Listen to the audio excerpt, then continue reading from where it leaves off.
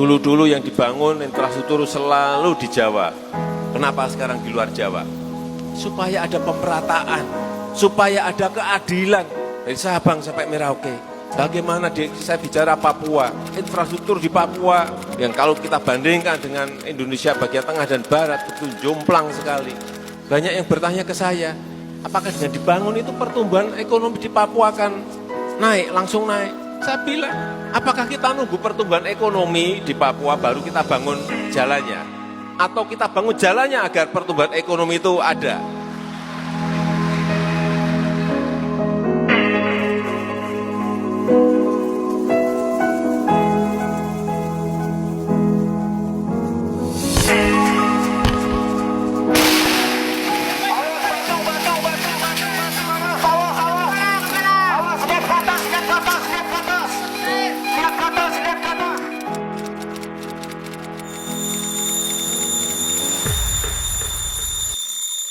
Rasanya saya jarang bercerita tentang pekerjaan saya, kecuali pada istri dan anak-anak. Namun sekarang, entah kenapa, saya merasa harus menceritakan ini. Kenapa? Karena kemudian saya ditugaskan ke Papua untuk masuk dalam tim proyek pembuatan jembatan Holtecam di Teluk Yutefa, Jayapura. Jembatan yang sangat prestisius. Jembatan yang saya rasa mampu mengangkat ekonomi masyarakat Papua dan sekitarnya. Mungkin terlihat biasa saja ya, proyek ya proyek. Semua punya maksud baik dan punya tujuan yang mulia. Namun ternyata ini kemudian menjadi pengalaman yang luar biasa.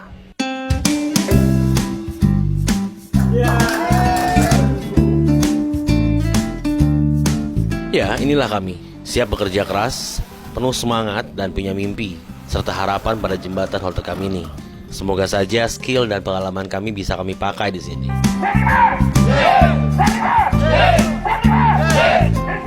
Tak perlu tahu siapa saya. Inilah kami. Tahap demi tahap kami lalui dengan penuh semangat dan tak kenal lelah. Hingga akhirnya kami terpaku. Kami terpaku karena ternyata ada sebuah tantangan besar.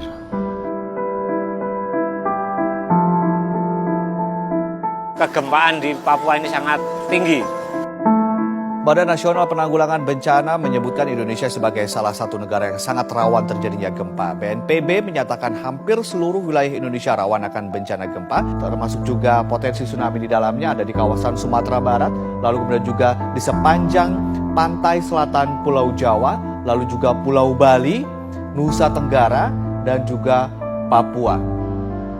Hal ini disebabkan karena adanya pertemuan lempeng Indo-Australia dan lempeng Pasifik di utara Papua.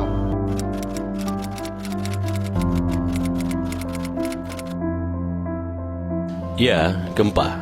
Data kejadian gempa di Jayapura dan sekitarnya membuat kami tergetar. Bayangkan saja, rata-rata 6 kali gempa dalam 1 bulan. Intensitasnya antara 3 hingga 5 skala Richter. Dan kami sadar bahwa lokasi proyek kami pun punya potensi risiko gempa yang sangat tinggi.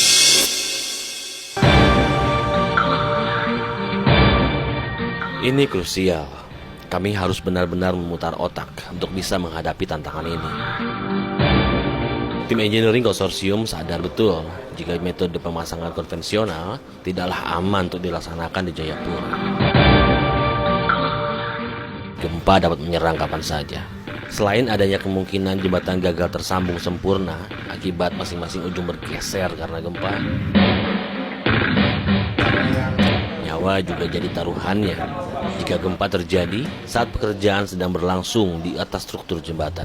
The SPMD is getting into the position to the second bridge again. So this Konsorsium pun akhirnya punya rencana militan. Kami akan mencoba metode pemasangan yang belum pernah dilakukan sebelumnya di Indonesia.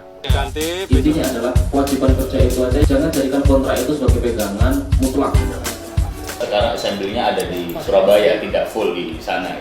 Ya kan kita Dan akhirnya kami putuskan untuk mengangkat jembatan secara utuh agar proses pemasangan menjadi lebih cepat. Kami hanya butuh waktu tidak lebih dari 3 hari. Konsepnya itu adalah kami merakit segmen tengah di tempat terpisah. Yang penting tempat baru ini harus bebas dari gangguan gempa. Setelah terangkai utuh, baru kami akan membawanya tepat di antara segmen tepi menggunakan kapal tongkang.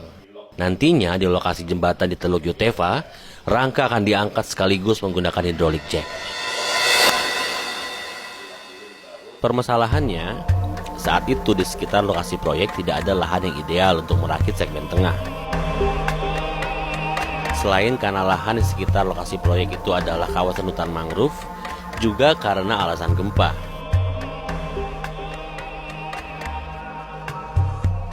Percuma saja merakit segmen tengah secara terpisah kalau dilakukan juga di daerah yang rawan gempa. Akhirnya, kami menemukan lokasi perakitan paling ideal itu berada di PT PAL Surabaya. Dengan fasilitas dan lahan yang memadai, kami pikir metode kami sangat mungkin dikerjakan. We consider about the earthquake exposure during this operation in this lifting up. Pengembangan detail di masing-masing tahapan kami lakoni super serius bersama para ahli jembatan dan kelautan. Namun tak mudah, meski rencana sudah matang dan terukur, aneka penolakan harus kami terima. Tim proyek lantas diminta oleh tim direksi untuk membahas detail mengenai pengerjaan proyek di tingkat direksi. Tim direksi mengundang kami pada acara MEOK Juli 2016 untuk memaparkan semua detail dan risiko di masing-masing tahapan. Mereka begitu khawatir karena saat itu mereka berpandangan metode ini sangat berisiko untuk dikerjakan. Nama 3 perusahaan BUMN dipertaruhkan pada proyek ini. Mereka meminta kami untuk mempertimbangkan kembali menggunakan metode konvensional. Saya terus terang pada waktu proses ide untuk lifting ini diajukan, saya langsung gembira gitu. Karena terus terang metode ini yang jauh lebih andal, terus kemudian presisi tinggi, tetapi ya sekali lagi ini harus didukung oleh tim dengan ekspertis yang tinggi juga. 2 yang menurut saya penuh risiko itu adalah apabila terjadi gelombang selama perjalanan dari Surabaya menuju Holtekam. Yang kedua adalah proses liftingnya itu sendiri. Dalam keraguan banyak orang, tim engineering konsorsium tak menyerah begitu saja. Mereka tetap berusaha meyakinkan lagi semua pihak dengan aneka perhitungan rinci yang bisa menjamin jika metode ini akan aman untuk dilakukan. Hingga akhirnya, persetujuan pun berhasil diraih. Juli 2017, proses perangkaian jembatan lantas dimulai bersamaan di Surabaya dan Jayapura.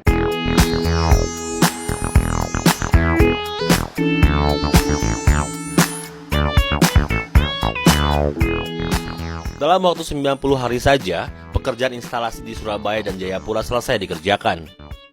Segmen tengah jembatan siap dikirim ke Jayapura.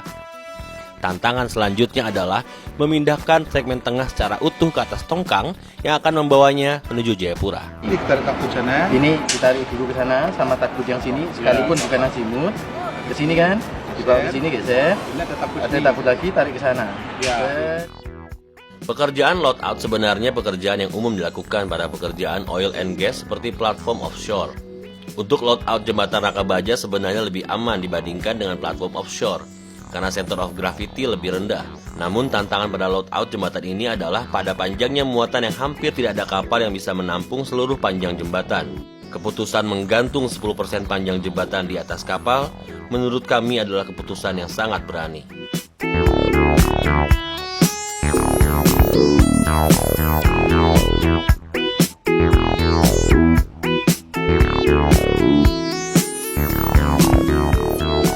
Masing-masing segmen akhirnya berhasil pindah ke atas tongkang dalam waktu kurang dari 4 jam.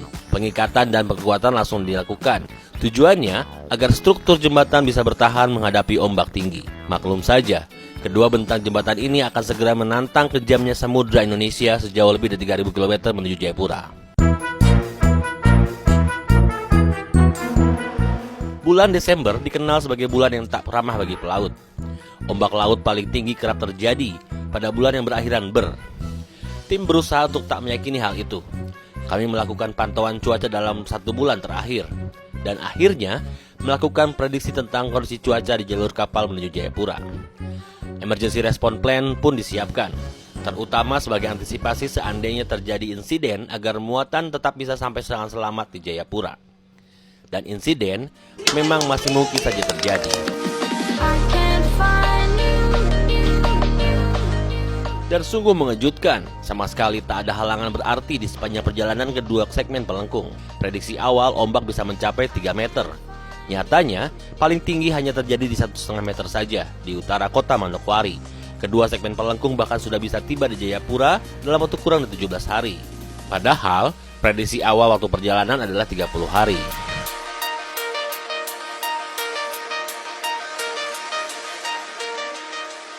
Kini tibalah pada puncak dari keseluruhan tahap ini. Pengangkatan segmen pelengkung. Mesin dan peralatan harus disiapkan betul. Di sisi lain, faktor lingkungan juga jadi penentu. Apakah proses pengangkatan jadi dilakukan atau tidak? Karenanya, tim lapangan konsorsium terus lakukan pengukuran rutin untuk 3 faktor cuaca: kecepatan arus, kecepatan angin, dan pasang surut air laut.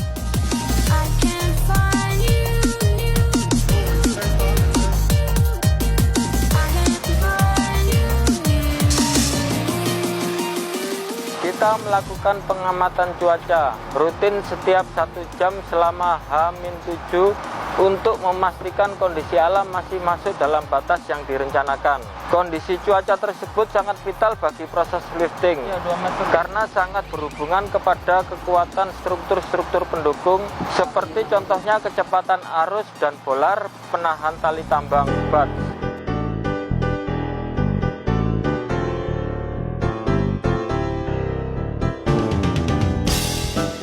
Proses lifting dimulai setelah segmen pelengkung dan kapal ada pada posisi yang benar.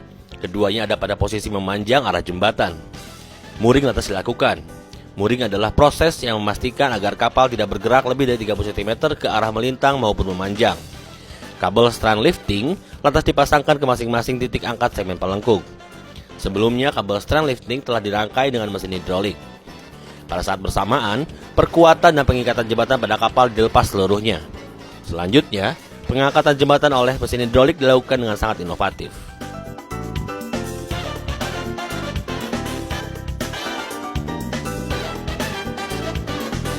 Alih-alih mengangkat jembatan langsung dengan mesin hidrolik, kapal justru ditenggelamkan dengan mengisi kompartemen di dalam lambung kapal.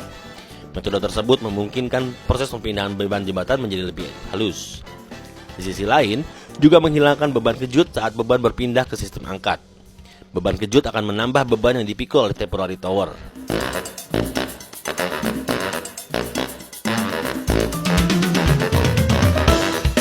Februari, aneka persiapan proses lifting telah rampung. Roko, selalu pimpinan tim lifting, juga telah melakukan final checklist. Di sisi lain, cuaca nyatanya sedang bersahabat. Alhasil, kami pun merasa siap untuk melakukan lifting keesokan harinya. Namun, insiden terjadi dan pekerjaan lifting pun terpaksa harus kami tunda. Insiden demi insiden. Sejumlah kecelakaan kerja. 7 orang luka parah, menimbulkan pertanyaan besar. Haruskah ada evaluasi? Pierhead pada proyek tol Becakayu Jakarta runtuh. Tim Komisi Keamanan Konstruksi pun lantas lakukan investigasi. La ilallah, gitu. Ujung-ujungnya, ada rekomendasi agar Menteri PUPR segera menghentikan sementara semua proyek yang akan mengerjakan pekerjaan erection. Semua berhenti, ya, dari LRT, tol, jembatan yang membutuhkan pekerjaan berat di atas, di elevated, semua kami hentikan. Berapa lama, Pak? Untuk dilakukan audit oleh Komite Keselamatan Konstruksi. Kalau sudah selesai, baru boleh nanti go or no go-nya menunggu perintah saya. Yang di Jakarta saja apa yang? Semua seluruh Indonesia.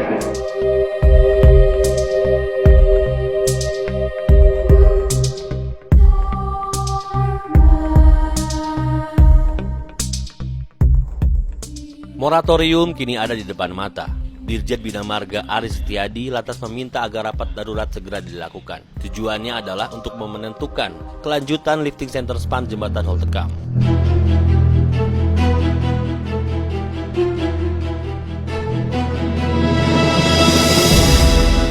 Para ahli jembatan hadir dalam rapat yang berlangsung panas. Pihak KKJTJ meminta lagi semua berkas perhitungan yang berhubungan dengan pekerjaan lifting, termasuk dokumen daftar checklist. Tim proyek lantas memberikan dokumen sekitar 500 halaman pada para peserta rapat.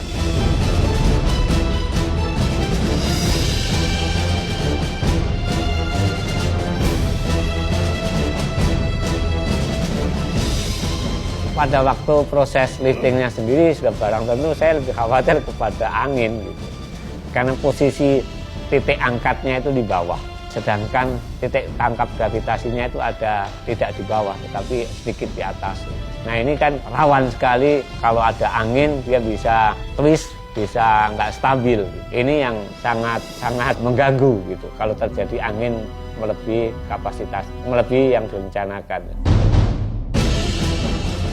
Setelah debat yang sangat panjang, izin pelaksanaan pekerjaan lifting akhirnya keluar pada pukul 10 waktu Indonesia Timur.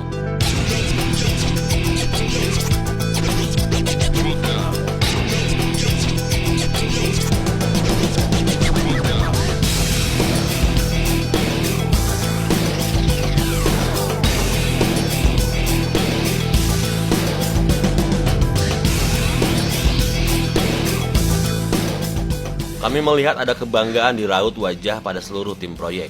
Kami juga bangga pada keluarga kami masing-masing yang ditinggal jauh di Jayapura.